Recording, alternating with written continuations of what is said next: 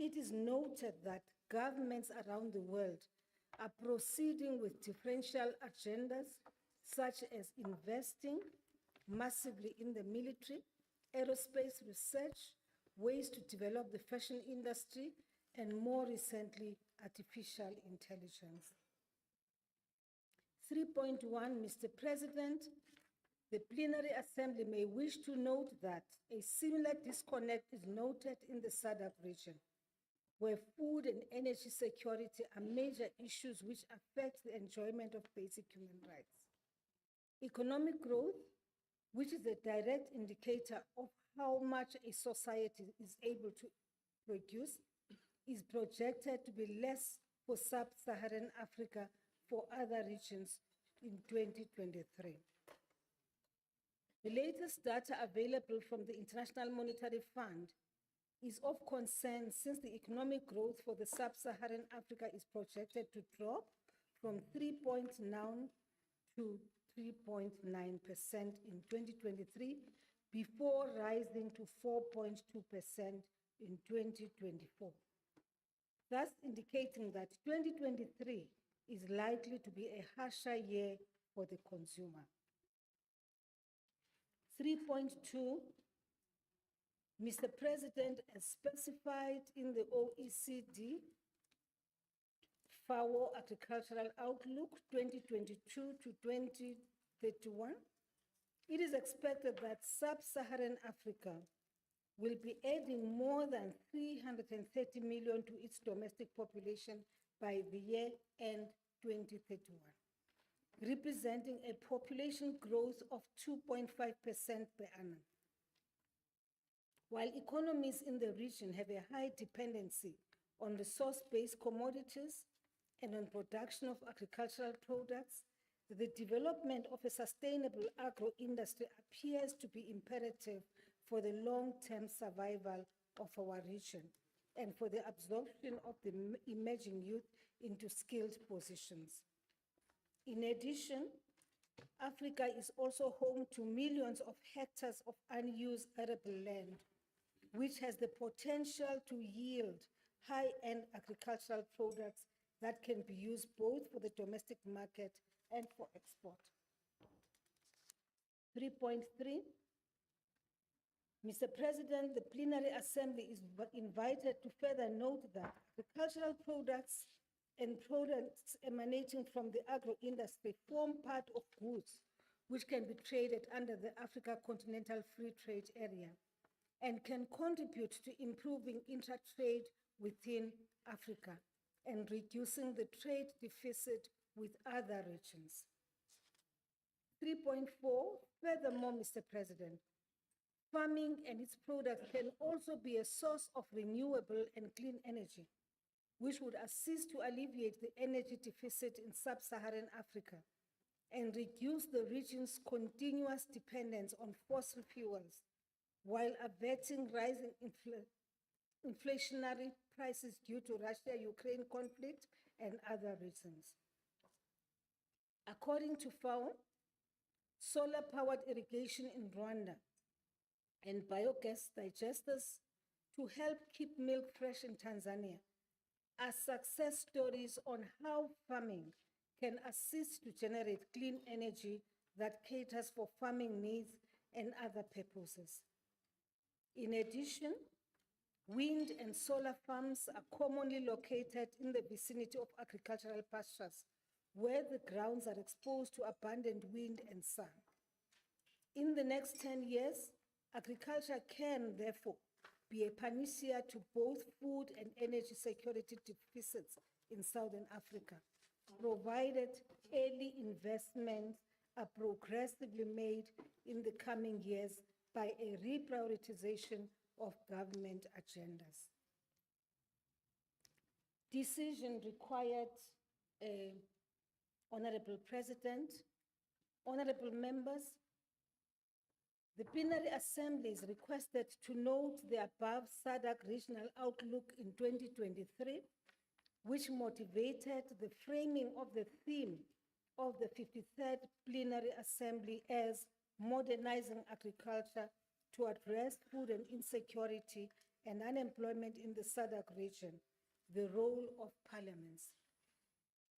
The Plenary Assembly is further invited to acknowledge that parliaments should be at the center of reform and oversight initiatives to catalyze the modernization of agricultural techniques and output for the direct benefit of SADC citizens.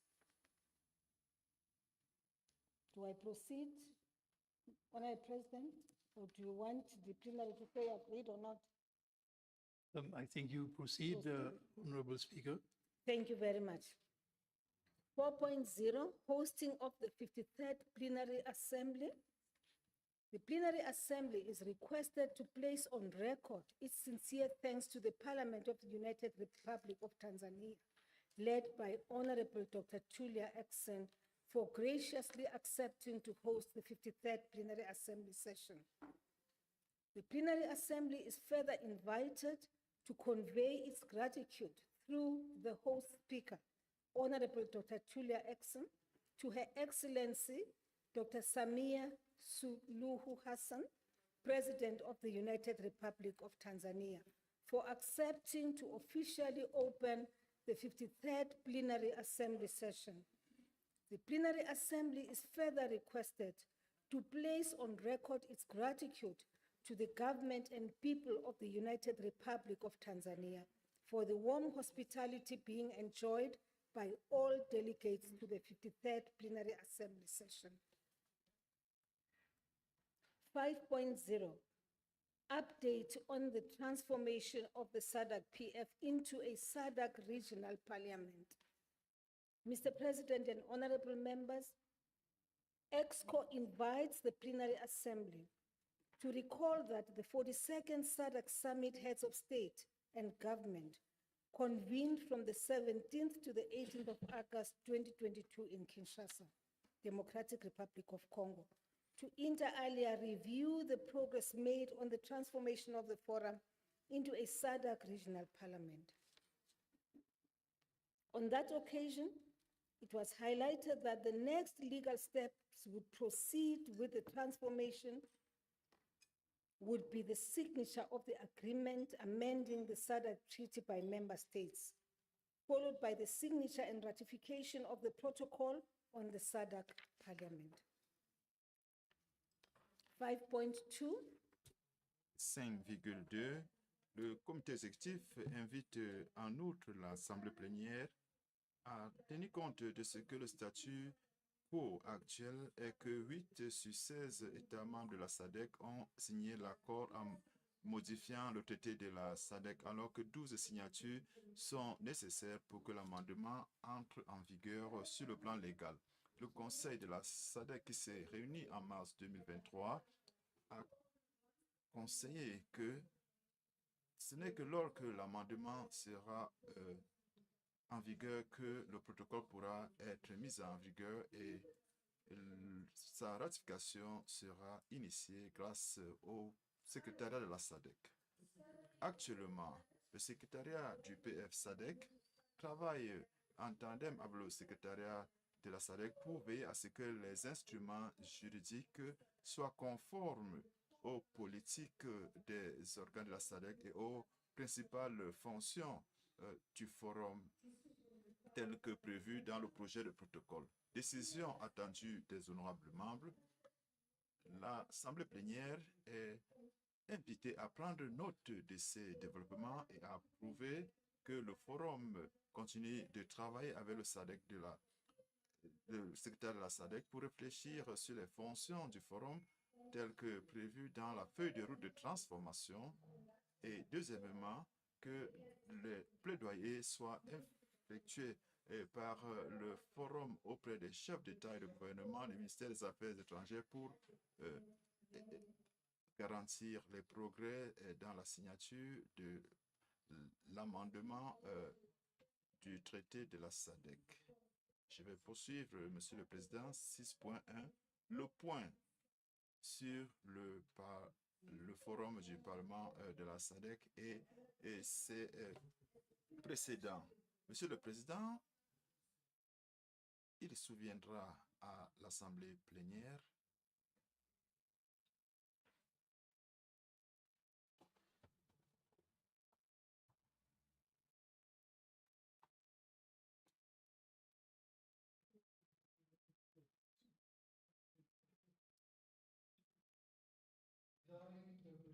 En ce qui concerne l'interprétation, je reçois l'interprétation. And not on channel 1. I'm getting French on channel 1, so I don't know if that can be sorted out.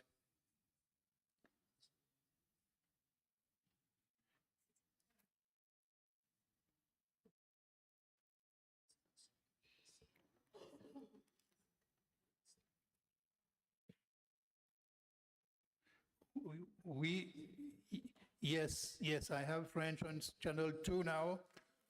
Yes.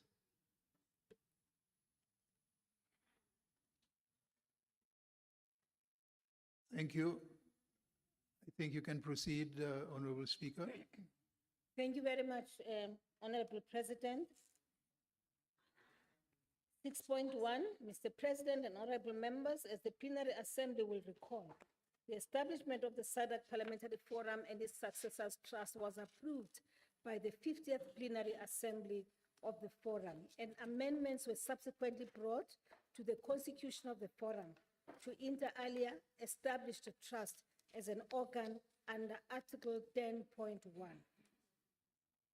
6.2, Mr. President and honorable members, EXCO is pleased to advise the Plenary Assembly that the trust deed has since been duly registered with the Master of the High Court of the Republic of Namibia after it was signed by the 3 first trustees in Windhoek, Namibia, in the presence of a notary public. In accordance with the agreed language requirements and alphabetical order of member parliaments, the first 3 trustees were nominated by the parliaments of Namibia, that is for English, Angola, Portuguese, and DRC French.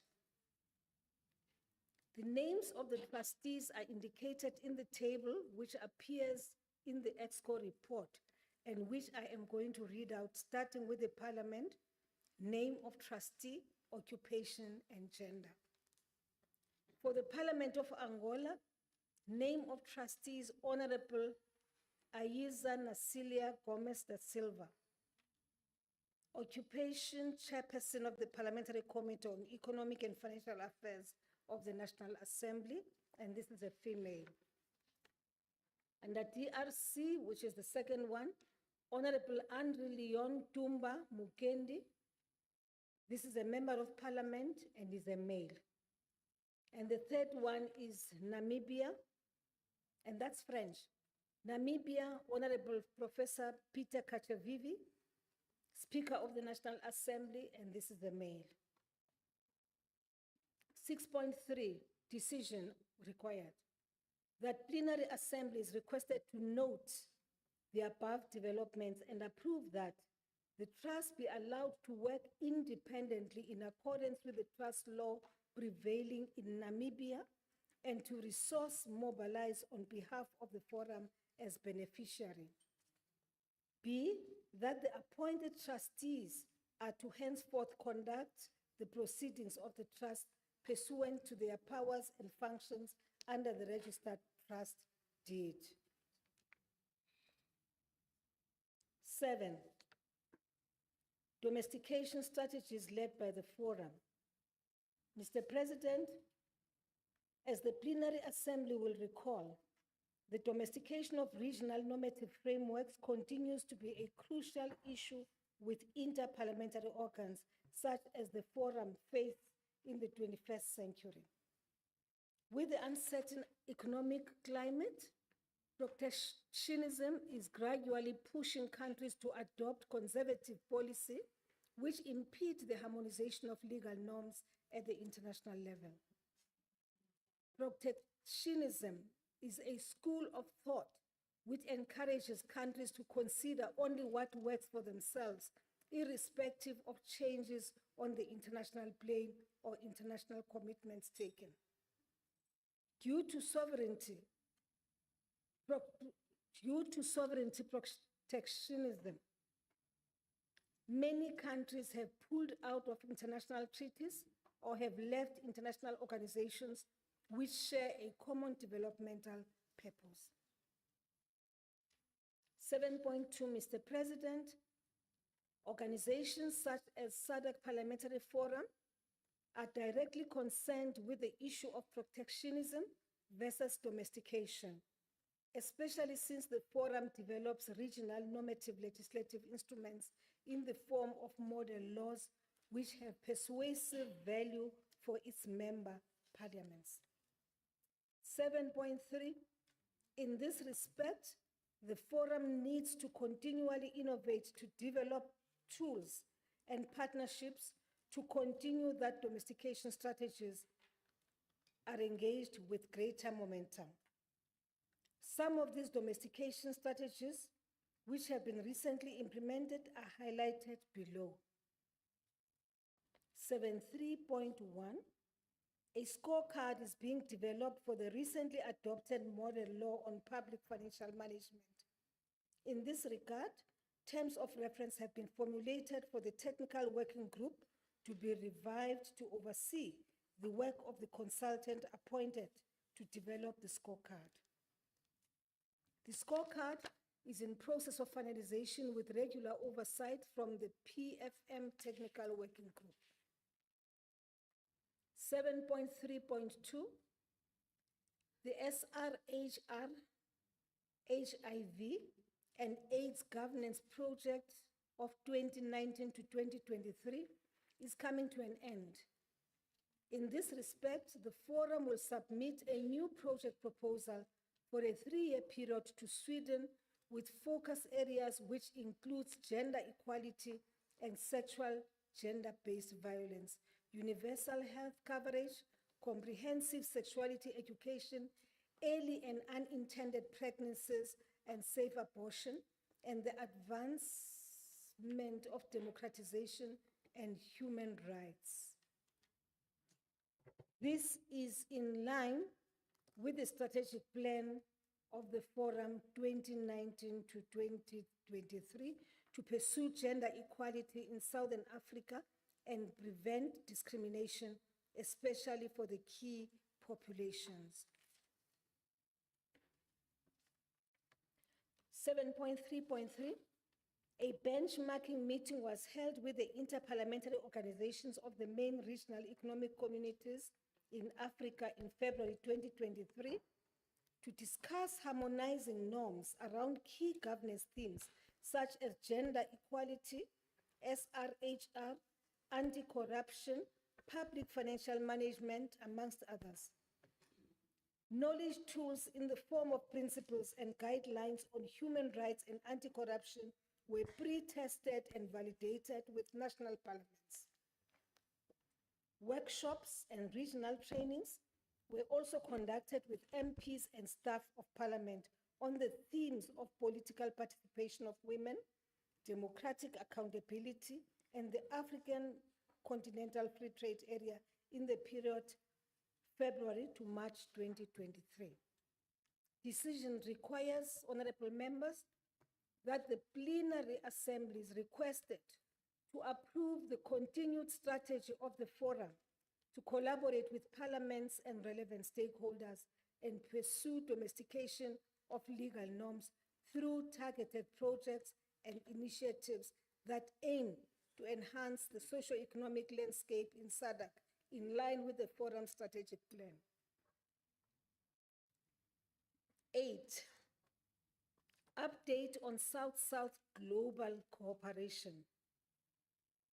The plenary assembly is invited to recall that the forum has been collaborating with the authorities in Venezuela for some time now through the election observation and other initiatives to share peer experience, cross-learn, and explore areas of cooperation across the Latin America, Southern Africa geographical axis. In this respect, some MPs from the Standing Committee on Food, Agriculture and Natural Resources participated in a working session in the Republic of Venezuela from the 29th of March to the 4th of April 2023. The objective of the meeting was to interrogate energy and agriculture issues, which areas are directly relevant to the theme of the 53rd Plenary Assembly session of the Forum. It was an opportune occasion for MPs of the Forum to appreciate how that country was dealing with various issues in the agriculture and energy sectors, which were of interest to the SADC region, especially as the SADC region is itself wrought with similar issues in energy insufficiency, food insecurity, climate disasters, the drying up of oil reserves, to cite but a few. A few outcomes from the working session included the prospect of forging collaborative agreements and friendship associations between Venezuela and the national parliaments under the umbrella of the forum, with the aim of keeping alive the momentum garnered through the strategic South-South cooperation. Decision required, honorable members, that the plenary assembly is requested to note the above developments and approve that the initiatives for South-South cooperation be further explored in line with the forum's mandate to pursue interparliamentary networking, in particular with countries across the Atlantic Ocean in Latin America, such as Mexico, Venezuela, Bolivia, etc., which share similar socio-economic priorities as the SADC nations. 9, update on resource mobilization initiative. Mr. President and honorable members, EXCO invites the plenary assembly to note that several initiatives have been conducted by the forum to resource mobilize in view of implementing related thematic programs and projects. In this regard, in the margins of the 67th session of the UN Commission on the Status of Women in March 2023, the forum met with US stakeholders involved in global development cooperation to explore possibilities of resource mobilization for projects on gender equality, public health, and the Sustainable Development Goals. The forum met with representatives of the National Democratic Institute and the US Department of State and the US Agency for International Development, amongst others, to introduce the forum and relate its main intervention areas in the fields of advancing human rights, corporate governance, and strengthening democracy in Southern Africa. It was highlighted that contrary to other regional organizations, the forum is an apolitical organization which includes both government and opposition MPs and is ideally poised to advance democratic accountability and engage on good governance and anti-corruption frameworks. 9.3, Mr. President, honorable members, the role of the forum is setting normative legal benchmarks for the region in the form of model laws was highlighted, including the avenues for dissemination of such benchmarks to member states and their continuous monitoring through the forum's dedicated oversight organ.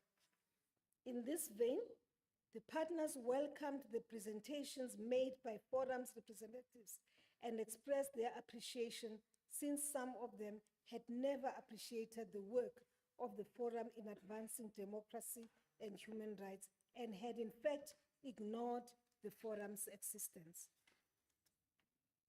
9.4, the outcomes of this exchange with US partners was that many were impressed with the forum's robust mandate and also its achievements in model lawmaking and domestication.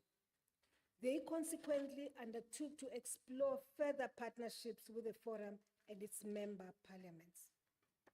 In addition, Mr. President, the forum also engaged with the Indian Embassy in April 2023 to explore possible capacity building collaboration in ICT and other areas where India has played a pioneering role. The Indian Embassy expressed its willingness to assist the forum in the future, highlighting that currently the country's funding priorities are more skewed towards supporting individual countries instead of regional organizations. The embassy would thus be keen to consider bilateral arrangements for capacity building with individual countries with the facilitation of the SADC PF.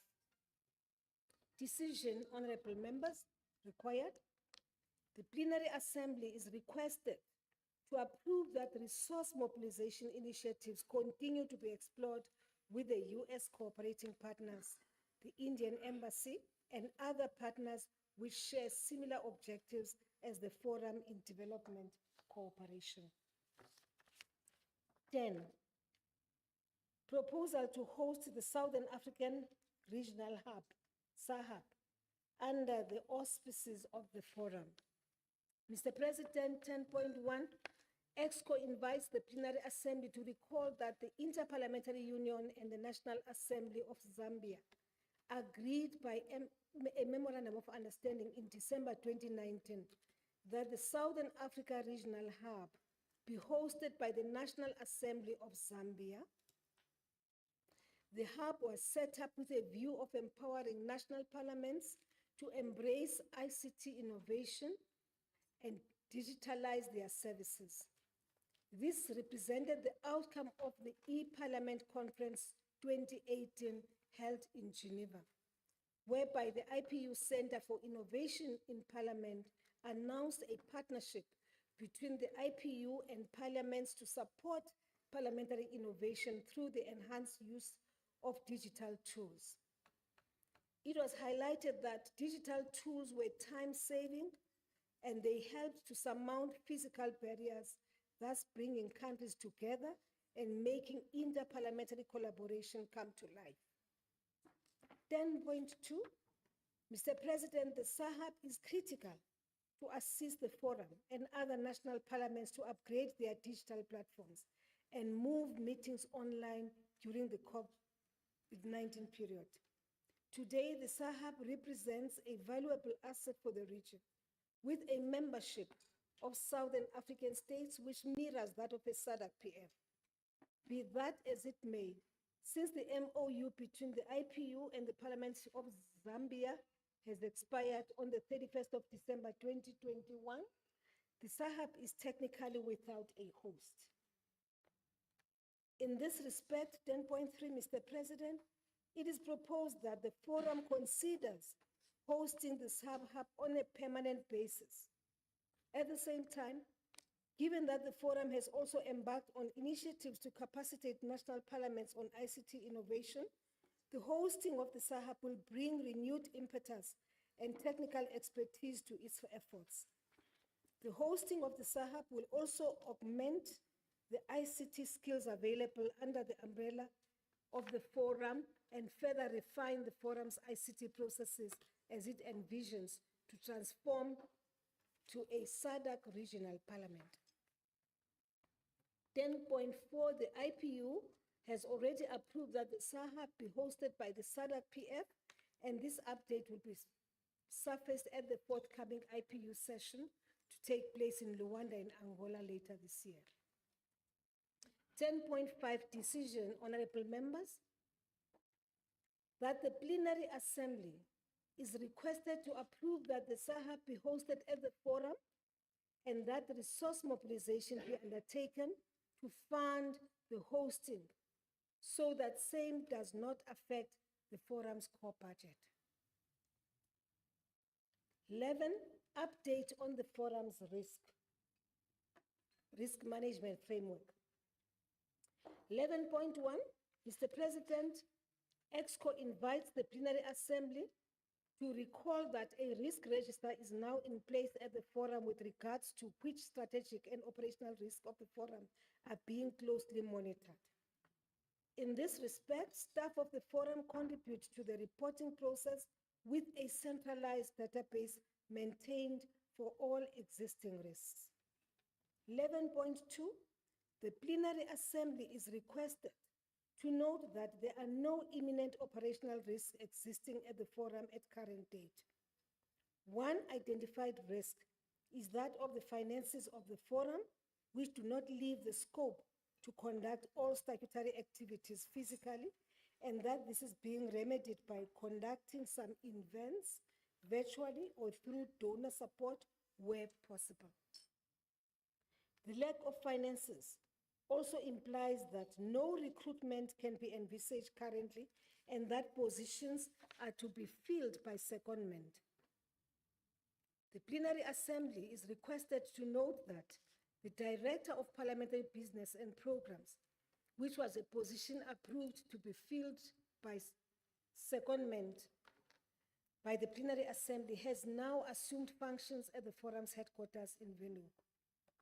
11.3 decision, honorable members. The Plenary Assembly is requested to note the above and to approve that the risk management framework of the Forum be continuously monitored with rigor so that the Forum does not meet with any operational or strategic impediments in the medium to long term. Mr. President, I beg to move. Thank you.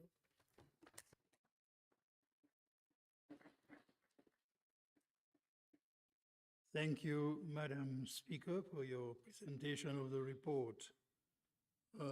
I will now call on the seconder, Honorable Pedro Sebastião, to present his address on the seconding of the motion. Senhor Presidente do Fórum Parlamentar da SADC, senhores Presidentes dos Parlamentos Nacionais, caros colegas, em apoio ao projeto de resolução. In seconding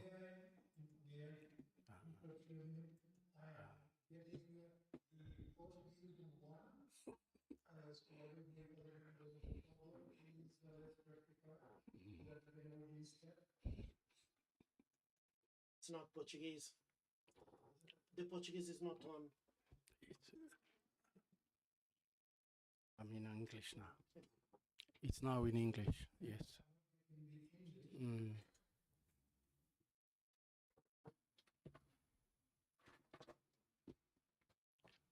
It's not here. This is the English now. Okay. What's it saying?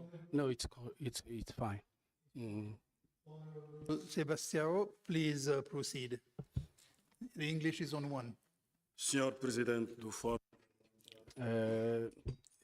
Dear President, Mr. President of the SADC, dear speakers of national parliaments, in seconding the motion, allow me to begin by paying a well-deserved glowing tribute to the mover of the motion for articulating the issues deliberated upon by the Executive Committee so eloquently and with such depth in detail. Because the mover has gone to such length to provide a detailed and clear update to the Plenary Assembly on the issues deliberated upon by EXCO, I will just focus on and lay emphasis on the three issues which I consider critical for the operation of the Forum. Firstly, Mr. President, let me speak on the issue on the SADC Parliamentary Forum and its Accessors Trust. It is gratifying to note that the trust has now been registered. This milestone would not have been attained if some individuals among us had not gone beyond the call of duty in pushing this agenda. Let me take this opportunity to thank them all, whether present today or not. We also pay tribute to the Secretary General and her team for their dedication to this very important cause. That said, Mr. President, it is time for us to make sure of the trust as a special purpose vehicle to actualize the promises of various well-wishers who have been waiting on the wings to support the work of the Forum now that the trust has been registered. We therefore look forward to the fulfillment of those commitments so that the trust can begin to operate in earnest. Mr. President, secondly, I will say a few words on the status of the transformation of the SADC Parliamentary Forum into a regional parliament. It is worrying concern, it's a concern that progress has been very slow in getting the 12 signatures, given that almost a year has elapsed since approval was given by the heads of state in principle to amend the SADC treaty, and yet only 8 members have so far signed the agreement amending the treaty. 7 have not signed yet. In my view, the fact that they are yet to sign is not because there was no support, since all of them have indicated at various fora that they fully support the transformation. In many cases, member states have not signed the agreement amending the treaty because of the need to fulfill domestic administrative processes required before a state can agree to be party of an agreement of such a nature. This calls for concerted efforts in terms of lobbying and advocacy at domestic level in order to ensure that these administrative procedures can be concluded quickly and enable the member states to sign the agreement. It is therefore incumbent upon national parliaments whose heads of state have not signed the agreement amending this treaty to coordinate lobbying and advocacy missions to their respective countries so that the process of concluding administrative processes and signing can be prioritized and accelerated. As has been highlighted by the mover of this mission,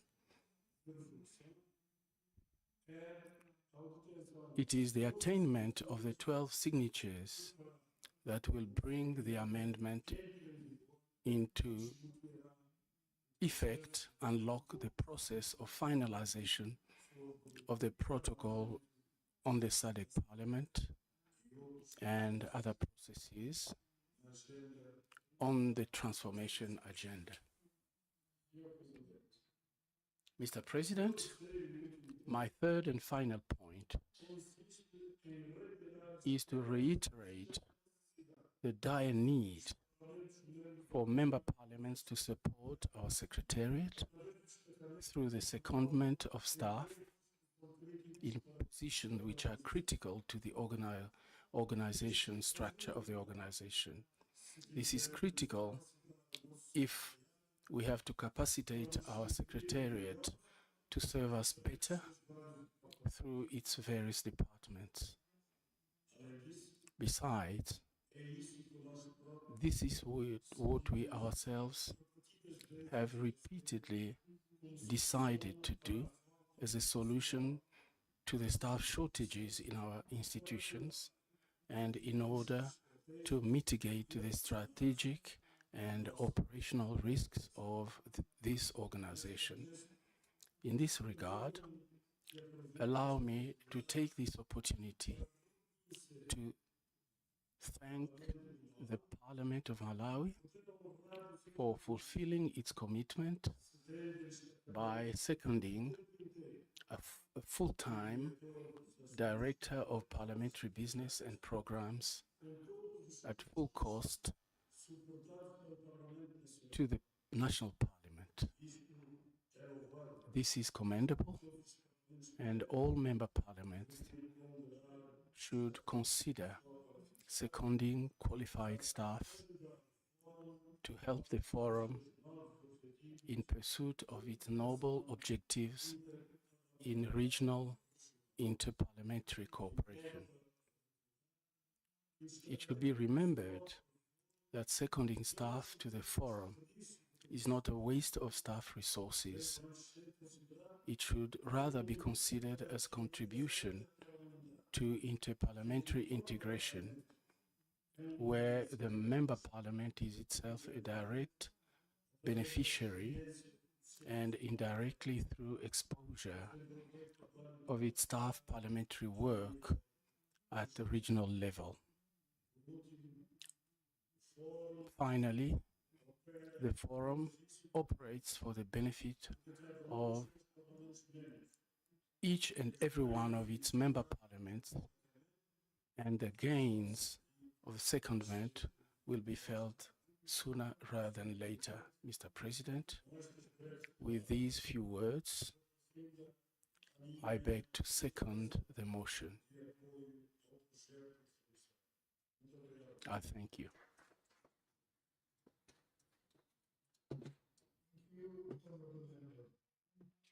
I shall now open the floor for debate on the motion. Members who wish to debate will please indicate their request by a show of hands. Please be reminded that each member has an allocation of 5 minutes for an intervention, and I remind members once again to be sure to identify yourself when you take the floor.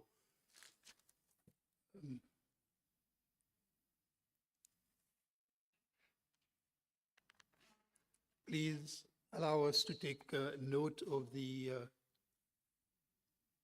please maintain your hands up for a minute while we take note. Thank you. I will start with the member from the Republic of South Africa. Thank you. The name is Darren Bergman, and I suppose I wear the cap of the ex-treasurer. Sadly, it's probably my last few weeks here. Just to state that and compliment our speaker on the reports. It was a very comprehensive report. I think a lot of people don't understand the two hiccups, that they probably saw them as hiccups when the speaker delegated the obligations to other members of the delegation. She's someone that believes in empowerment, and I think what she was trying to do was actually, as she said to us, she likes to empower gender and the youth. And what she was doing is trying to include as many people of the delegation as possible, and I suppose we respect that and appreciate that. Further to that, I'd just like to say, in terms of the report itself, we started in Seychelles, and I think we have to show gratitude to the host. We have to show gratitude to the host of Seychelles.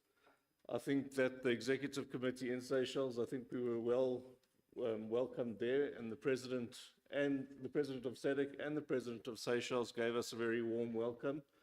And I think we must appreciate that and say that that was a very high benchmark left from that executive meeting. And then, as we said, that Mauritius was going to host the 53rd plenary, but we find ourselves in Tanzania. And I think for Tanzania, picking up the preparations, we must also congratulate Tanzania for being able to do so quickly and comprehensively, and again, being most welcome, and to have the president, the speaker, and to have everything organized. Once again, I think a big round of applause to Tanzania as well. Thank you.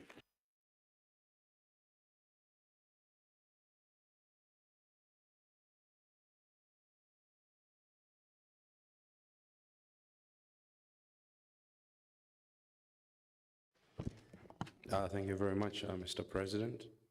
Let me start by thanking the presenter, who is the Speaker of the Republic of South Africa, for a well-regulated and detailed report. My intervention is going to be on the signatories, Mr. President. We have been informed that only 8 out of the 15, having a balance of 7.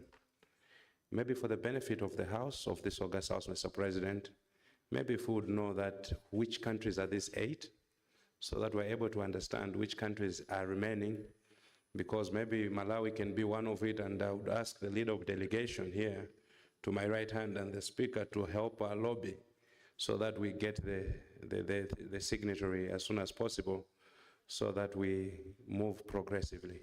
I submit, Mr. President. Thank you. Thank you, Honorable Member. I will now move to the member from Eswatini.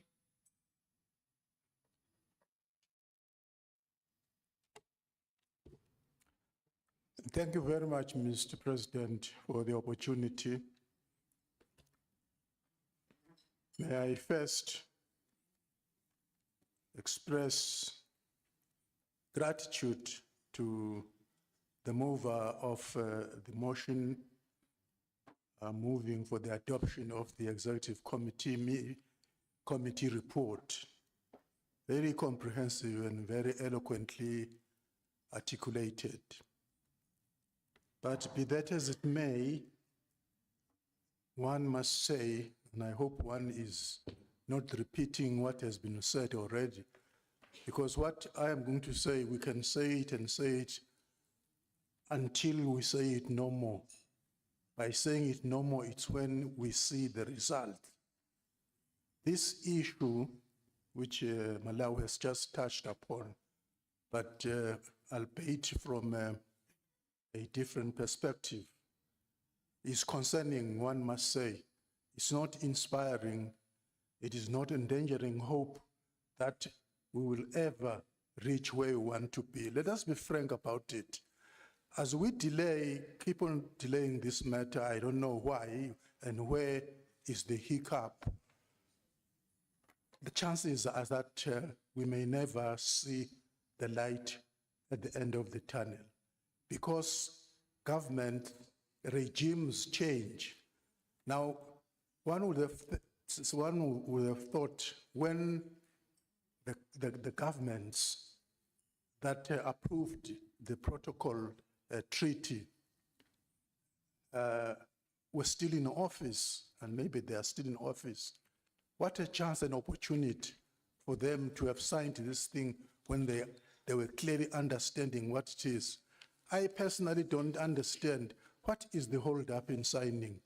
I think it's the third, if not the second, if not the third time that we have been told of a very small number that of signatures to the protocol. I wouldn't be saying who is not signing, but what I'm suggesting, maybe as a way forward, which the presenter has actually alluded to, is the fact that we look at initiating yet another, maybe more effective initiative, namely the lobby forum team, lobby forum, whatever that means. What I was thinking, we used, and I think we still have, a very effective and very influential lobby team. We would be knowing and would be getting a complete report who is having problems. I don't think it is state duties or what that are holding our dear heads of states to sign. Maybe they are still considering it, which we may consider it until doomsday, if I may be very that negative, Mr. President. Well, I'm suggesting, why not consider that effective lobby team we had to check in particular on those countries, heads of states that have not signed up to now. A year is really long, and everything is happening under this dynamic environment. I'm just worried, Mr. President, that after working so hard and getting approval from the summit, we are still not making meaningful progress thereafter. I thank you, Mr. President. Thank you, Honorable Member. I will now call on the member from Tanzania. Thank you, Mr. President. The point that I want to raise is in a way the same as the point that has been raised by Malawi and Eswatini regarding the transformation of the forum to the whole parliament. As it has been pointed out that the decision to transform the forum to permanent parliament was approved by the summit. And summit, we mean head of state. So logically, they would have no any hesitation in signing because it's head of states themselves who has agreed on this. I understand that my country, Tanzania, have signed. It's in those 8 SADC member states that have signed it. And I agree with the Malawi that we need to know those 8 countries that have not signed, but I also agree with Eswatini that it's good we know the reason so that we can know that is there going to be a signing or not. We need to know the reason. Because if the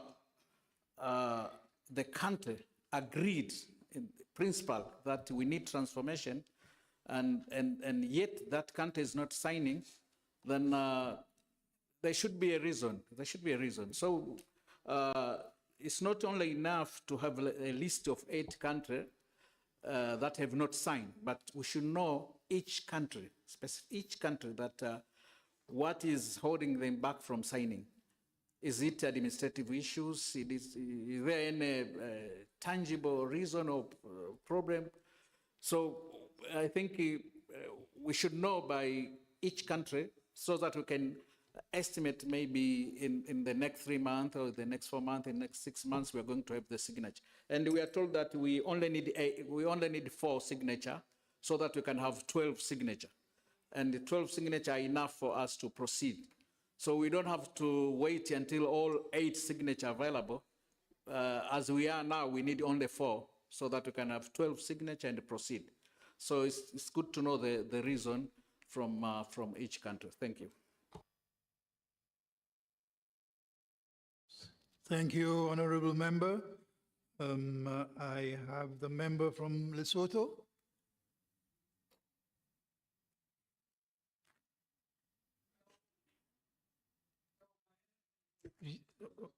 Okay, thank you. I have the member from Zimbabwe. Point of order, Mr. President. Yes? Lesotho still wants to take the floor, but the prof doesn't have a mic. Oh, thank you. I believe we can sort that out in a minute. This one works. Thank you very much, Honorable President. Just to join in to compliment the Speaker of the South African Parliament for a very detailed presentation indeed. Really, if I could have as well surrendered the issue I was going to raise, because most of the previous speakers have addressed that issue, which was really to be taken into confidence as to which countries have not appended their signature to this transformation of the forum. I would imagine a country such as mine, which has just had a change of leadership may have not had the opportunity to address this matter. So it helps to know which countries or their signatures so that we could carry on with the lobbying and advocacy in order to fast track this process. That's all that I wanted to ask Mr. Chairman, just to be taken into confidence, which countries are indeed owing on their signatures. Thank you very much. Thank you, Honorable Member. I will now move to the member from Zimbabwe. That's me, eh? Yes, Honorable Speaker. Thank you. Thank you, Mr. President. I get the sense of doubt and lack of faith in the final outcome of our journey in the transformation of SADC-PF. Let us abuse that, because it has been a long, long journey to be where we are now. The seed for the establishment of SADC-PF was sown in Namibia in 1992. And it took 5 years for the protocol to be signed by our heads of states and government in Blantyre, 9 September 1997. So the germination of that seed took 5 years. But people did not stop. They didn't lose their faith. And come 2014, because that protocol indicated that finally SADC-PF would transform into a parliamentary entity. Then we started the lobbying in 2014. And it took us 8 years to convince the heads of state and government who met in Malawi at the 41st summit in August to agree that the transformation should take place. 8 years. Now, after the Malawi summit, we are now into the second year of making sure that the amendment to the SADC Treaty is done. 8 countries have signed. I am the leader of the lobbying group, unless someone has started a coup. But as far as I'm concerned, I am still the leader. I'm still the leader. I have approached Namibia. Namibia is in the process of signing through its parliamentary process. Now, let me clarify. In other countries, it only needs parliament to say yes, and they sign. In other countries, you don't need parliament only. The executive must come in and say yes. The office of the Attorney General must come in after scrutinizing the legal implications. So that's the difference in the delays. Namibia is coming on board, Botswana is coming on board, DRC is coming on board, and Mauritius is coming on board. In fact, I should be going to Mauritius with colleagues to meet the Prime Minister there. And with these guarantees, we are going to have 12 members signing. But we want all members of the 15 member states to sign so that we don't only end with 12. We want ownership by the whole SADC family. finance, they should not be hesitating through our parliaments. Let me remind you, the African Union is not funded fully by subscriptions. 72% of the funding of the AU is coming from donor countries. SADC itself, 65%. And in our own national governments, national parliaments, the budget that we pass is not sufficient. Either you go to the IMF or the World Bank to top up your national budgets. So the issue of finance should not create hesitation in our minds. Mr. President, we have come up with the idea of the trust, which has now been registered as a vehicle for resource mobilization. So we are going to get the funds outside the subscriptions of member parliaments. And finally, Mr. President, on the item number 4, on the question of the trust, there's an omission there under 4.2. It was agreed at our executive, and we accepted that the Right Honorable Muti from Zambia would be one of the trustees. And this was affirmed in Seychelles. And we said the Speaker of Namibia is the settler of the trust. And we needed another trustee. And that trustee is the Honorable Muti, Speaker of Zambia. So that list must be complete accordingly. Finally, let me commend the mover of the motion, Honorable Speaker from South Africa, and also commend the Secretary General that this report is one of the best reports, if not the best, where after reading it, I couldn't see any grammar mistake except one comma. Thank you, Mr. President. Thank you, Honorable Speaker. May I just verify? I see that I wrote Tanzania down twice. Was there another hand raised from Tanzania? Is that correct? Please, would you address? Thank you very much, Mr. President. And before I proceed, may I take this opportunity to congratulate the last speaker, Yes, I've seen Zambia. Advocate Mudenda, our learned brother, who is very confident. It seems he's a really seasoned lawyer. Mr. President, if I may just say that I'm interested to assist him if he's looking for a senior citizen in lobbying and an experienced one. I said experienced because coming from Tanzania, you know, we are in EALA.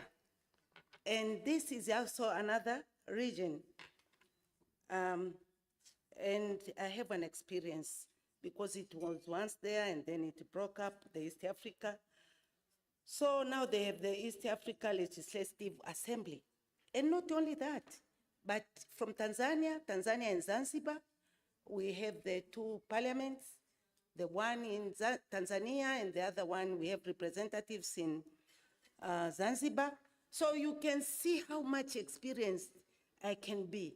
My name is Shirley Raymond, Member of Parliament from Tanzania. Mr. President.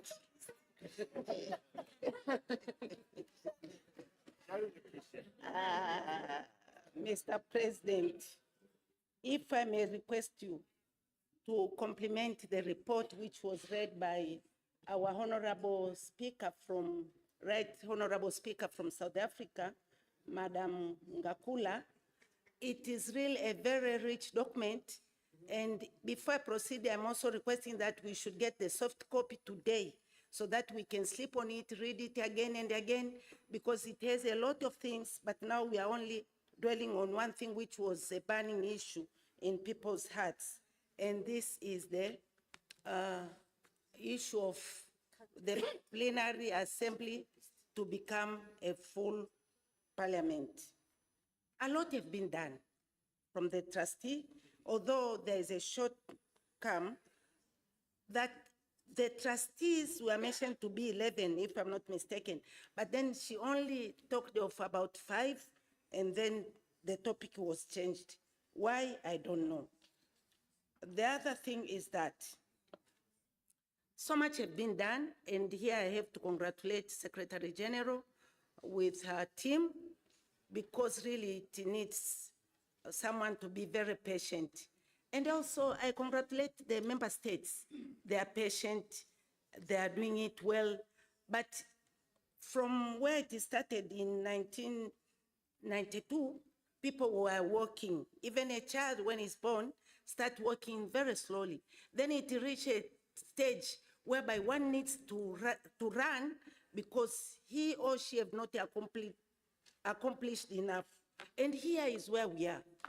It's now time to see that we are going fast and finalize this thing. Mr. President, you have seen how people, or member states have burning hearts for this thing to be completed.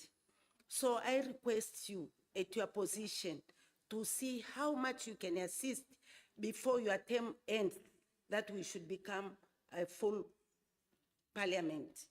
Another thing, there were a lot of things mentioned in this report, not to forget about staffing, not to forget about financial challenges. If we just wait and say, well, let us be patient, when you are broke, no patience. You need that cash to do things. You want to see things rolling. Now, we should also, we as SADC, well, plenary assembly, we should also see that it's high time we run. May I submit?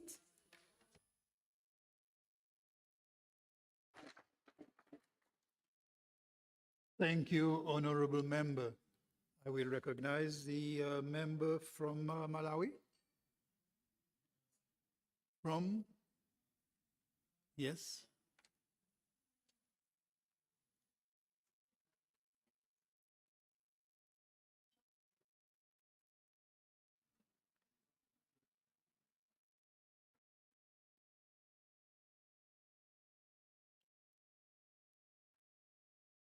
Please proceed.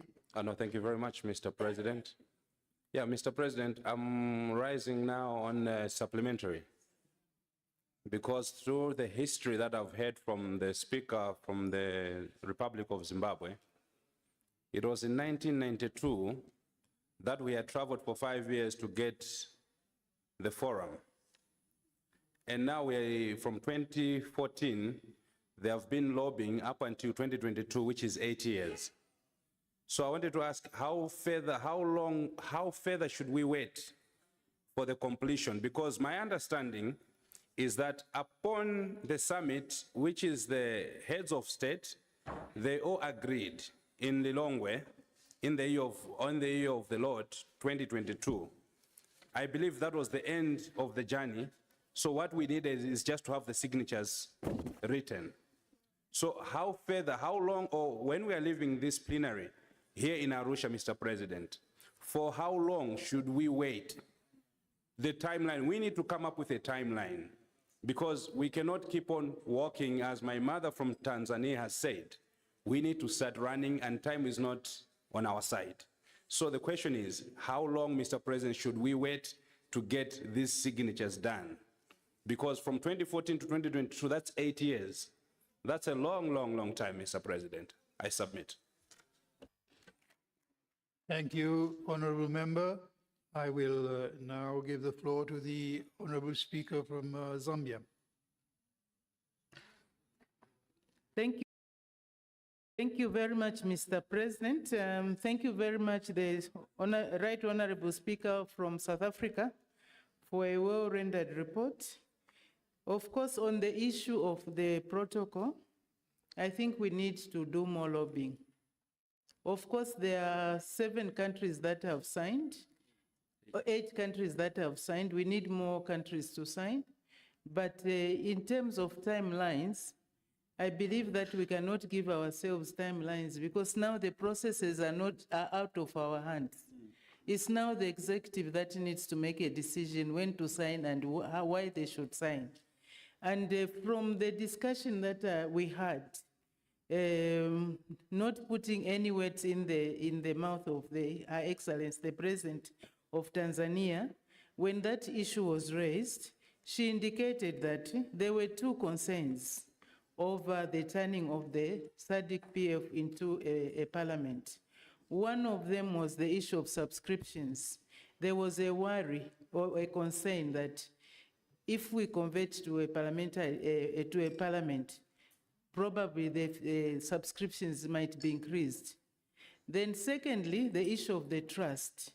I believe that there are most of our leaders are not yet comfortable with the issue of creating a trust, because the one who funds you sometimes can play the tune. So we have to be very careful. I think what we need to do is to engage further our president, just to explain through the chairman of the lobbying group, to explain what the circumstances are surrounding the trust, and also to reassure them that with the trust, maybe there will be no need for increasing the subscriptions. But of course, the issue of trust is a concern by the heads of state. From what I gathered, I'm sure the delegation of Namibia would be able to shed more light on this. It's a pity the honorable member is not in. I had indicated to him that maybe he needed to say something, because on the sidelines we did discuss and this issue arose. So thank you very much, Mr. President. Thank you, Honorable Speaker. I will give the floor to the Speaker from Zimbabwe.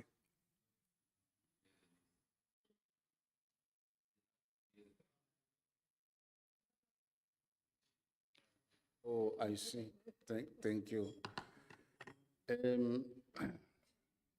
Thank you, Mr. President.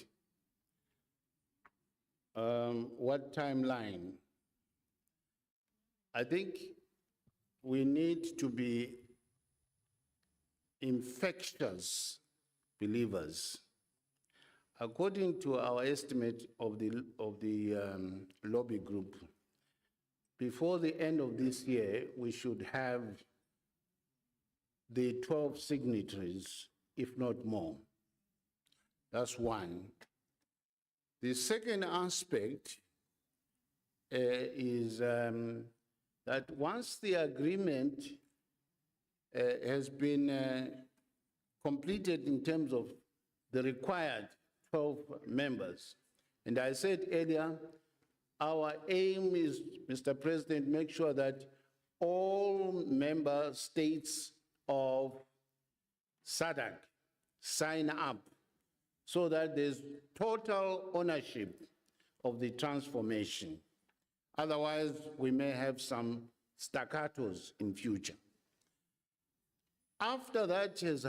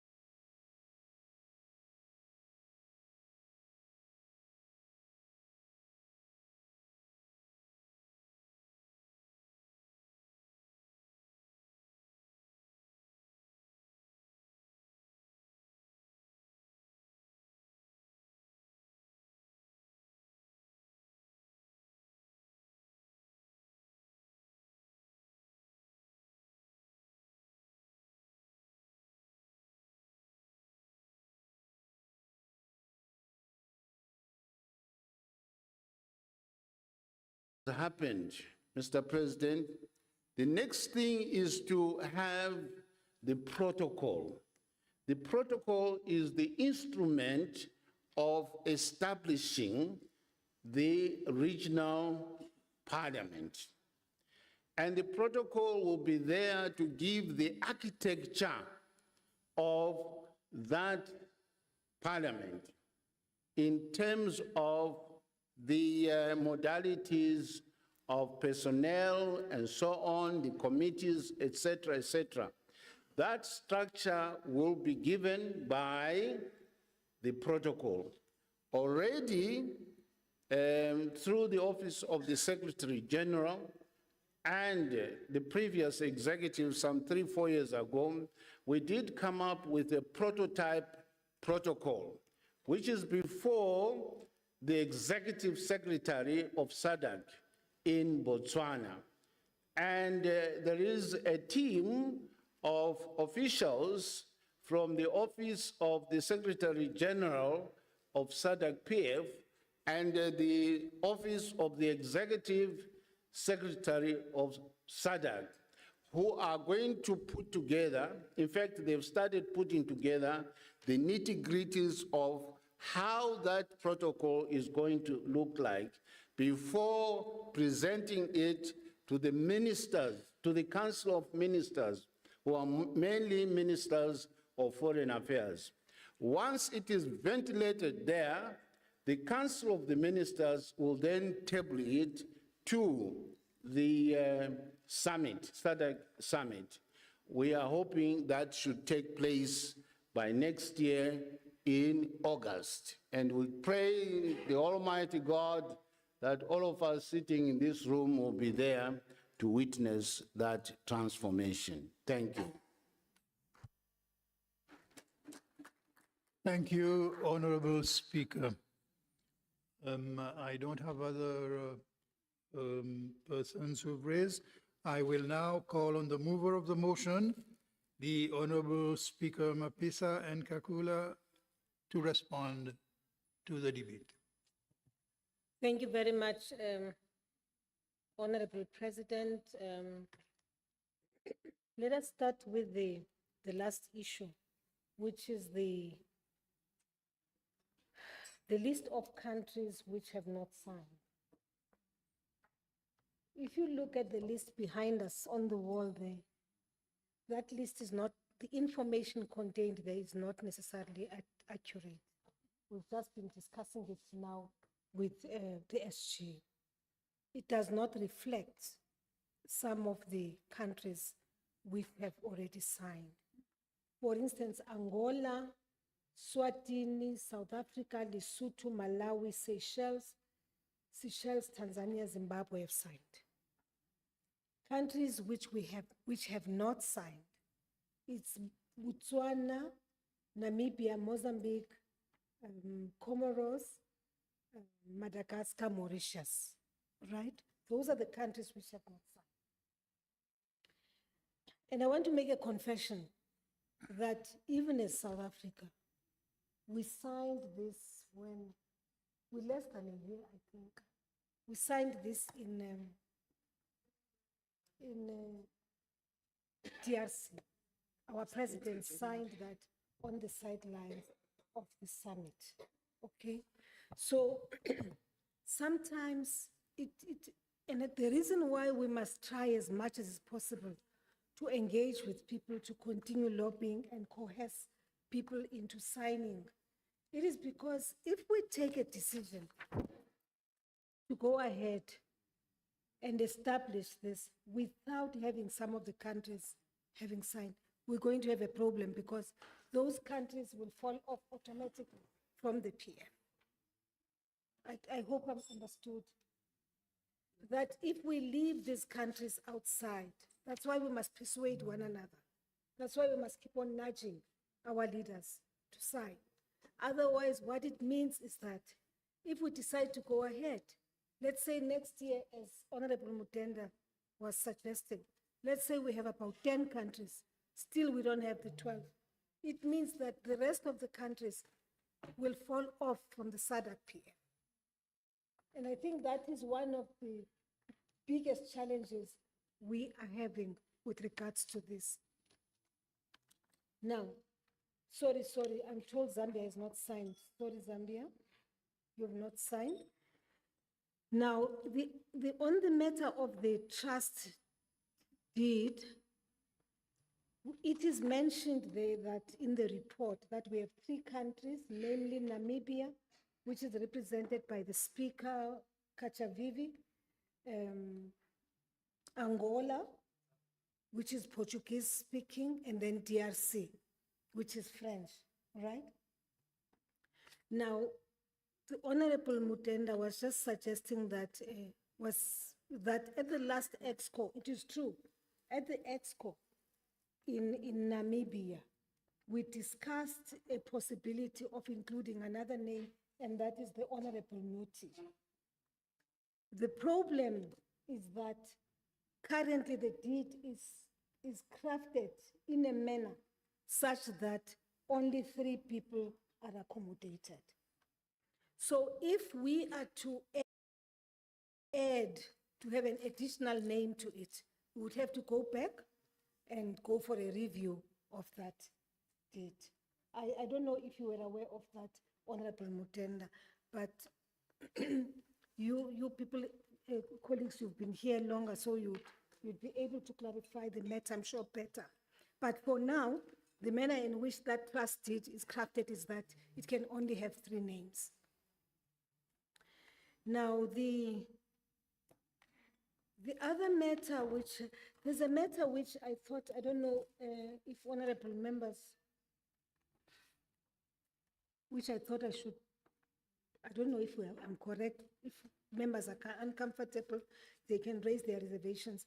If you look at 7.3.2, it talks to, it says, in this respect, the forum will submit a new project proposal for a 3-year period to Sweden with focuses on areas which includes gender equality and sexual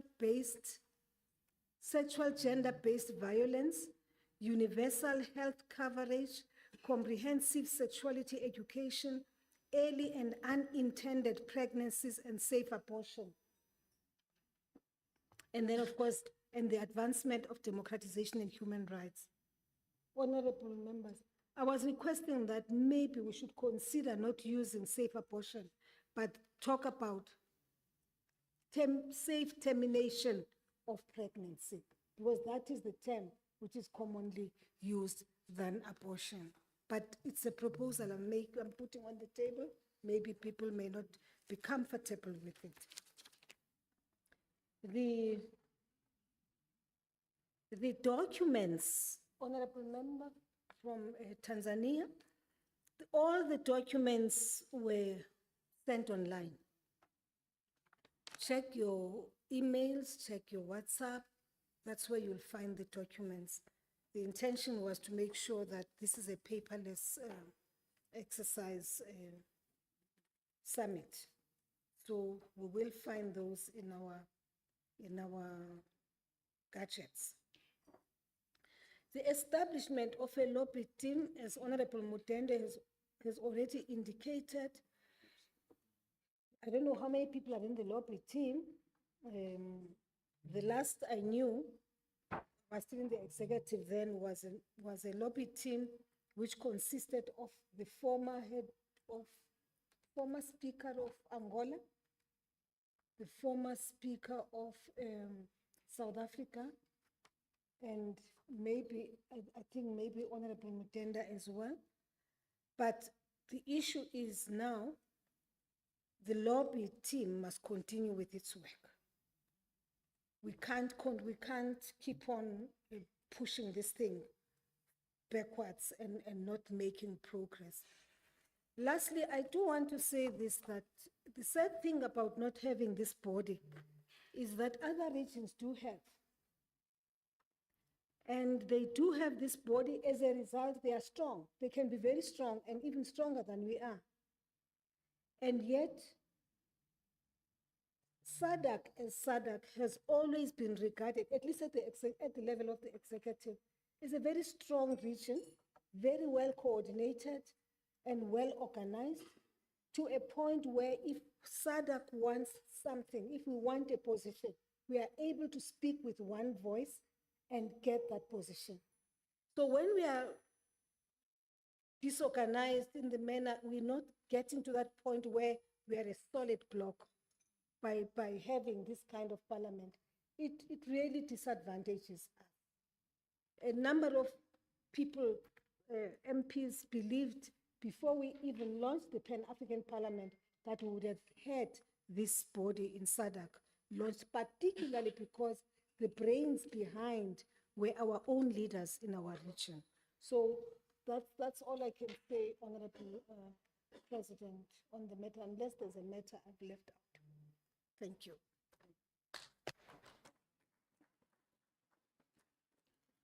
Thank you, Honorable Speaker. Well, after the response of the mover of the motion, I put the question that the report of the Executive Committee on Policy and Administrative Matters be adopted by the Plenary Assembly. Are there any objections? No objections. There being no objections, the report of the Executive Committee on Policy and Administrative Matters is duly adopted. Thank you.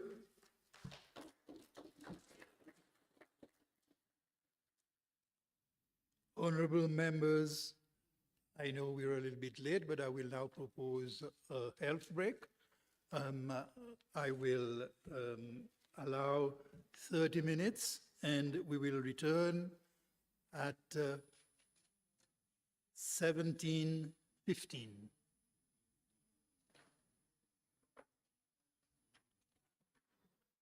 Thank you. We will rise and adjourn.